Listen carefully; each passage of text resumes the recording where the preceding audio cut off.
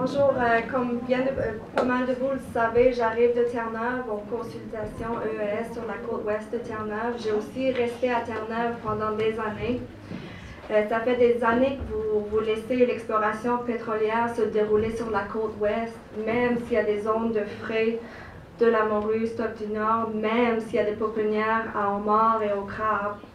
J'arrive de Terre-Neuve, j'ai eu des gens qui m'ont pris dans leurs bras pour me remercier de l'avoir informé qu'il y avait une évaluation environnementale stratégique en cours. Si vous ne respectez pas vos propres ressources renouvelables et vos propres peuples et pêcheurs, comment est-ce qu'on peut vous confier notre environnement ici?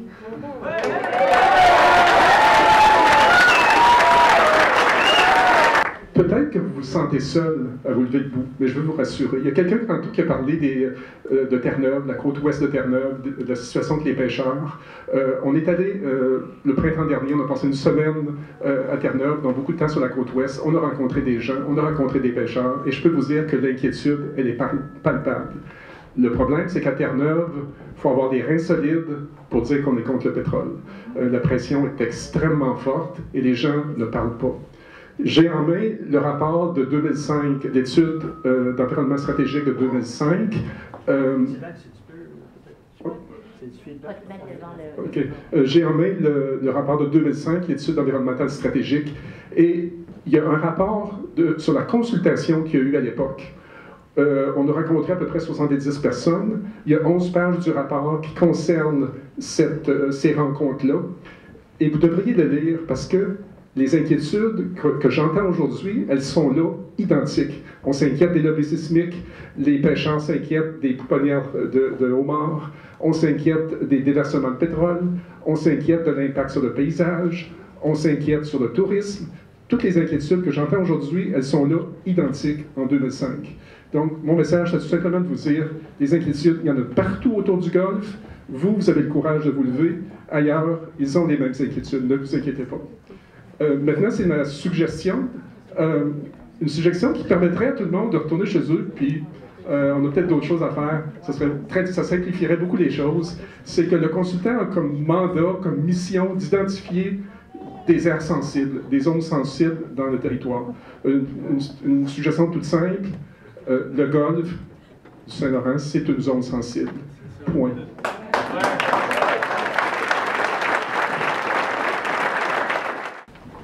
Moi aussi, je veux parler à la salle, je suis un peu émue. Mais on est tous ici, je ne sais pas si vous avez tous signé la feuille, ils savent que ça nous intéresse ce projet-là, ils se foutent de nous. Moi, je crois que le meilleur message non verbal, ce serait que tout de suite, on prenne tous nos clics et nos claques, qu'on s'en aille, puis qu'on leur dise on reviendra quand vous nous offrirez une vraie consultation.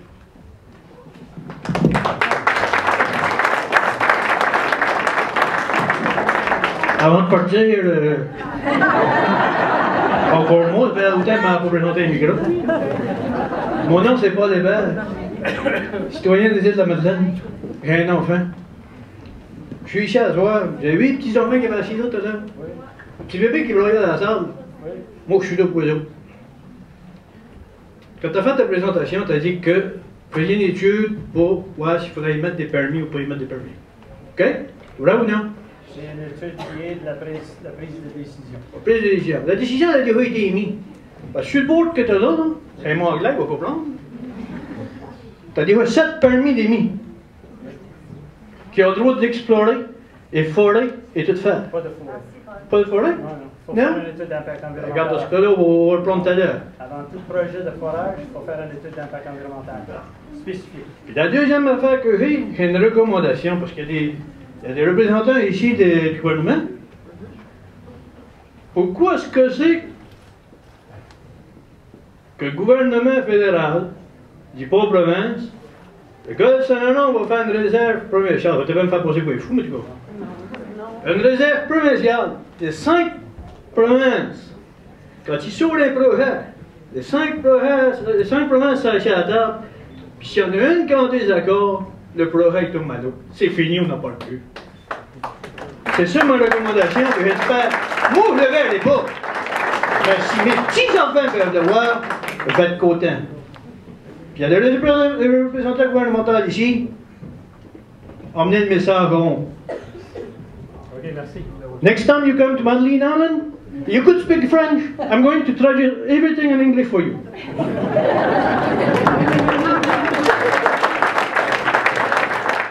J'ai une question. Est-ce que ça va être la même personne qui a traduit la feuille d'information? Avez-vous des commentaires ou des informations supplémentaires que vous souhaitez offrir concernant la mise à jour de l'ES et ou des séances de consultation pour... Il n'y a, comme il y a pas d'S en nulle part, là. Tu sais, je sais pas, tu sais, c'est mal formulé. Je ne sais pas qui a traduit ça, mais je vous dis, là, je suis ici debout devant vous. Oui. On va engager un professionnel pour faire la traduction comme il faut. Merci.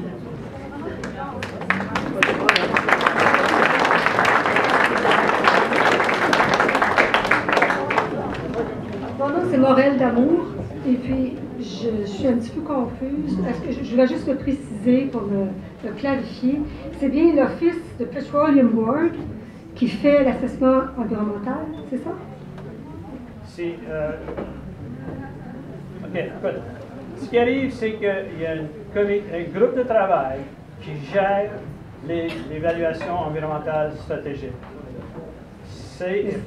L'étude est effectuée par un consultant, c'est nous, EMAC.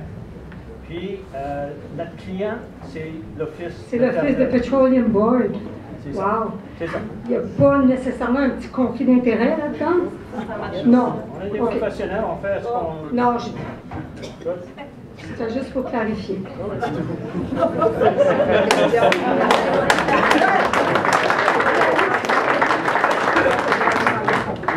The chair of the Petroleum Board, Max Rulock, worked for who before he was chair of the Petroleum Board? AMEC. AMEC! Conflict of interest again. Raymond Gauthier, je suis le président du conseil d'administration de la Corporation de développement communautaire UNIL. Les gens me connaissent bien ici là, comme militant, citoyen militant, mais là c'est à titre de président d'un organisme communautaire qui s'intéresse à ce que les gens du milieu pensent, disent et veulent faire. C'est sa mission de les aider à prendre leur place dans les affaires collectives. Si vous permettez, pour le bénéfice des personnes qui sont là ce soir, qui n'étaient pas là cet après-midi, je vais répéter le message que j'ai envoyé à Monsieur Kelly de l'Office Canada Terre-Neuve-Labrador des hydrocarbures extra-côtiers. Je lui ai demandé, c'est ce que mon organisme demande, de n'accorder aucun permis à aucune entreprise d'exploration ou d'exploitation d'hydrocarbures dans l'ensemble du Golfe. Le Golfe, c'est un patrimoine commun à 5 provinces, 5 entités provinciales politiques. On est tous des colocs de ce grand bassin, cette mer intérieure, on dirait. Il n'y a aucun des 5 colocs qui peut poser un geste de son propre chef, un geste qui va avoir des conséquences sur l'ensemble des colocataires, sans qu'il y ait un accord formel des autres. C'est comme ça quand on a un contrat de colocation.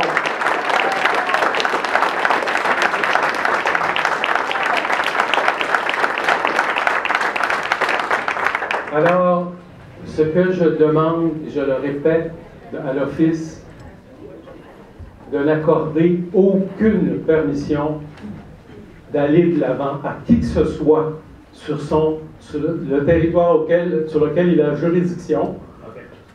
D'accord? Oui.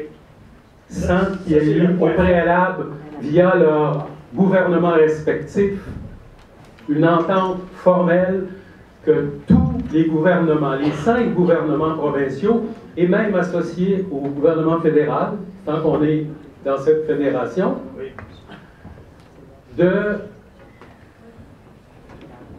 et avec l'aval de leur population réciproque, décider de l'avenir.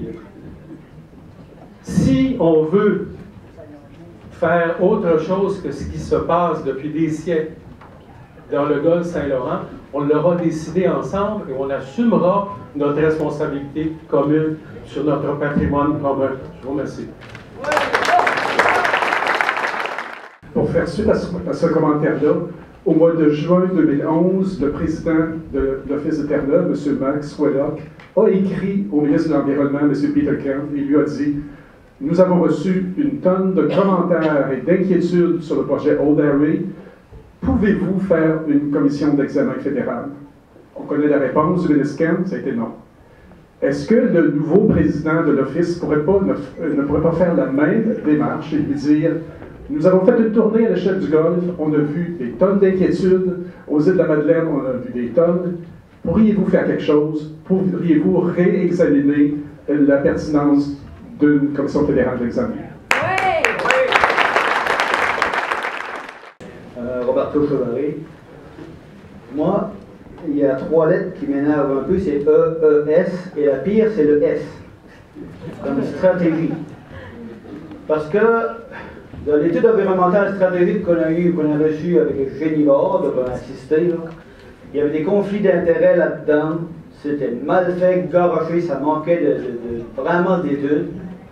Si on veut vraiment faire une étude environnementale complète, là, enlevant le S de là-dedans.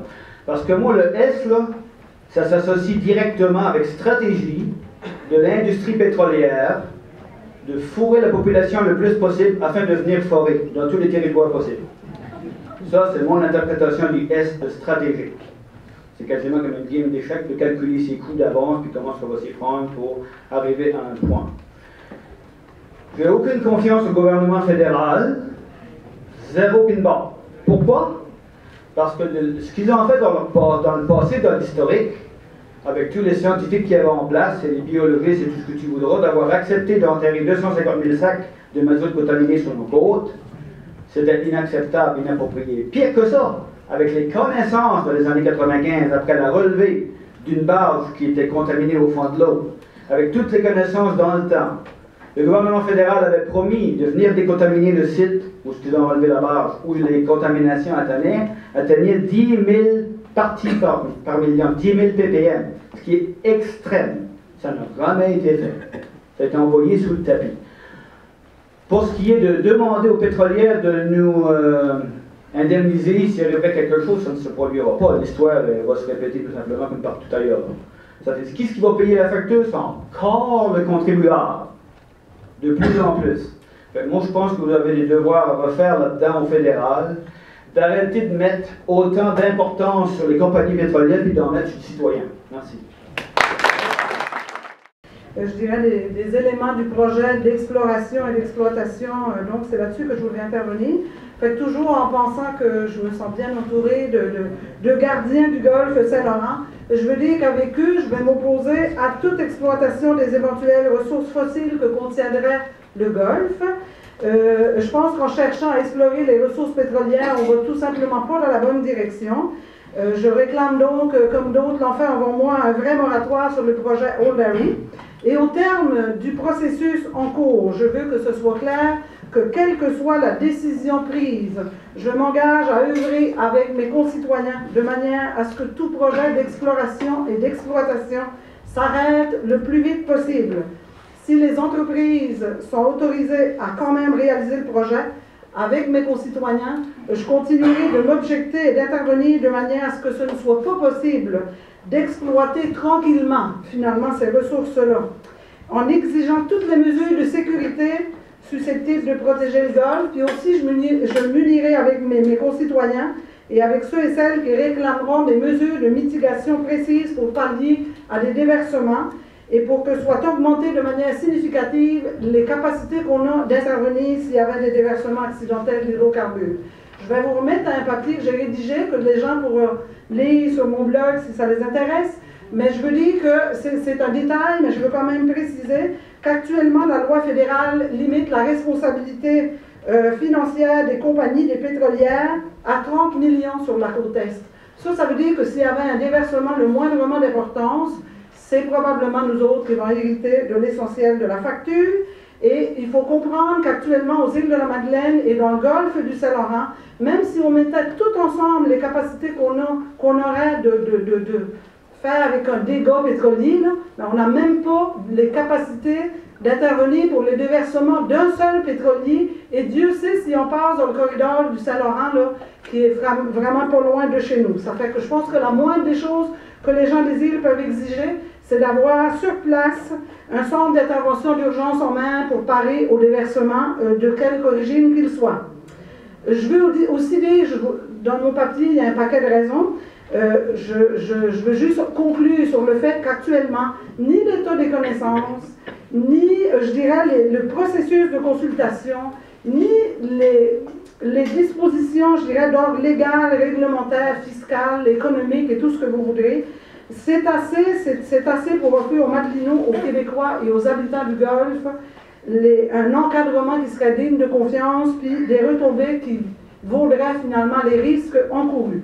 Et en conséquence, moi je veux interpeller le maire des îles de la Madeleine, Joël Arsenault, la députée des îles à l'Assemblée nationale, Janine Richard, le député fédéral à la Chambre des communes de Gaspésie-des-Îles, Philippe Tourne, le ministre québécois de l'Environnement, Daniel Breton, le ministre fédéral de l'Environnement, M. Peter Ken, même si on n'a vraiment pas une grosse confiance, de faire tout en leur pouvoir pour qu'ils arrêtent ce processus de consultation bidon, pour qu'ils assurent la prise en compte réelle des intérêts des populations, pour qu'ils exigent une consultation digne de ce nom, et ça, c'est vraiment pas ce qu'on a eu ici ce soir, avant que quelques gestes soient autorisés, une consultation où toutes les connaissances scientifiques seront exposées, où finalement les intérêts seront exposés de manière transparente, ce qui est la plupart du temps pas le cas, et où les points de vue seront discutés.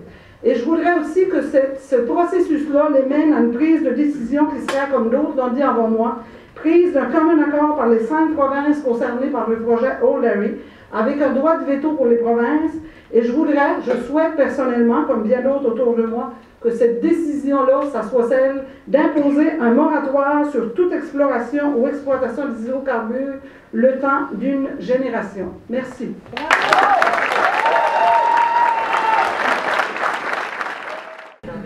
Oui, bonjour, Daniel Hood, citoyenne. En fait, moi, tu sais, je sais que vous avez un mandat, qu'il y a des compétences provinciales et tout ça, mais je pense qu'on est rendu à un moment où on doit innover, puis on doit avoir une vision d'avenir. Puis dans le fond, ce serait, moi j'aimerais entendre de l'Office extra-côtier de Terre-Neuve et Labrador, que finalement vous preniez le pas pour contacter tout le monde, mais également vous asseoir à la même table qu'eux, pour pas qu'on soit là en train de vous supplier, en train de dire non, faites pas ça s'il vous plaît, ça va avoir un impact sur tout le monde. Vous allez gâcher finalement le golfe Saint-Laurent pour tout le monde, mais vous considérez à part égale avec l'île du Prince-Édouard, avec le Québec, avec le Nouveau-Brunswick et avec la Nouvelle-Écosse. Finalement, pour dire, de front commun, on doit décider ensemble de ce qu'on veut à l'avenir. Je pense que ça fait partie de l'évaluation environnementale stratégique. Je pense que ça fait déjà partie de la stratégie avant l'évaluation environnementale. Ça fait partie d'une vision d'avenir. En fait, la question est comme, déjà à la base, elle est mal posée. Je pense que vous devez vraiment, avant de penser à des zones, découper, c'est dire ces zones-là finalement appartiennent à tout le monde. Et vous, en tant que province, vous concédez à discuter de ces zones-là avec tout le monde. Je pense que c'est ça que j'aimerais entendre.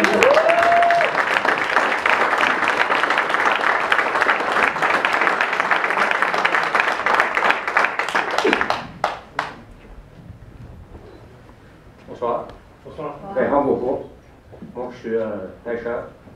Depuis 1 an, capitaine de bateau. Je fais la pêche depuis que j'ai 14 ans. Mon père a fait la pêche. Mes 2 grands-pères sont des pêcheurs, ont fait la pêche. Mes oncles, mon beau-père a fait la pêche, mon beau-frère a fait la pêche. Ça fait que c'est la pêche dans la famille au complet. C'est une tradition. Ça fait longtemps que ça existe aux îles de la Madeleine. C'est d'une importance capitale. Pas juste pour les pêcheurs, pour tous les travailleurs de la mer, l'ensemble de la population, parce que c'est nos racines, c'est nos valeurs qui viennent de là. Hein, les îles de la Madeleine, ça a été bâti avec la pêche. Moi, je veux vous dire, à ce soir, j'ai 3 niveaux d'inquiétude. Je suis très inquiet. Premièrement, je suis inquiet pour moi-même, pour mon métier, ce qui me permet de vivre, côté de subsistance. Là. Je suis inquiet pour ma communauté qui est toute rassemblée ici ce soir. Puis ça, c'est juste une pointe de l'iceberg. Vous les connaissez ça, les icebergs à Terre-Neuve?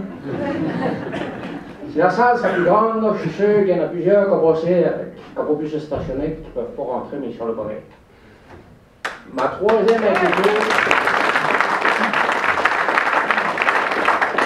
inquiétude, c'est pour toutes les autres communautés qui sont autour du Golfe. Communautés d'autres pêcheurs, d'autres personnes qui vivent du tourisme. C'est toutes des communautés insulaires et maritimes. Je suis inquiet, mon pour. Pas juste pour moi, là, pour tout le Golfe. Puis le Golfe, tu ne peux pas diviser ça. Là. Moi, là, c'est des mots, ça, le secteur Old d'Arrêt. Aux îles de la Madeleine, il y a une place qui s'appelle Old d'Arrêt. C'est sud-est. Le secteur Old d'Arrêt, là, c'est juste des mots. C'est comme le secteur extra-côtier de l'ouest de Terre-Neuve et Labrador, c'est peut-être une ligne imaginaire qui passe dans le Golfe. Moi, je peux vous dire qu'à l'ouest de Terre-Neuve et Labrador, là, si tu pars avec un bateau puis que tu dérives un bout, puis il y a des grosses chances qu'avec les vents et les courants, la première place que tu vas te ramasser, c'est ici aux îles de la Madeleine. C'est nous autres qui est là, à l'ouest de Terre-Neuve.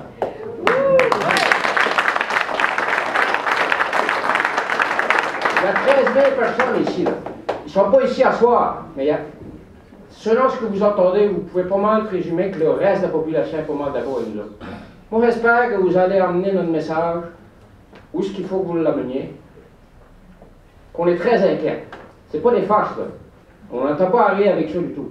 On est très, très, très inquiet. On veut que notre message, il se rende où est-ce qu'il faut qu'il y aille. On veut être entendu. Et si on n'est pas entendu, c'est juste un pas que vous avez vu à soir parce qu'on ne se laissera pas manœuvrer, là. On en a vu aux îles de la Madeleine. On s'en a fait passer des sapins. On va se défendre. On a une population ici. On va se défendre parce que on va prendre des moyens, on va en trouver. Le gouvernement, il va nous écouter. Que ce soit à Ottawa, que ce soit à Québec, que ce soit à Terre-Neuve, il n'y a personne qui est au-dessus de tout. C'est impossible. Nos recommandations, prenez-la très au sérieux, puis emmenez-la où il faut qu'il soit emmené, parce que vous n'avez pas entendu, vous n'avez pas fini d'entendre parler des habitants des îles de la Madeleine.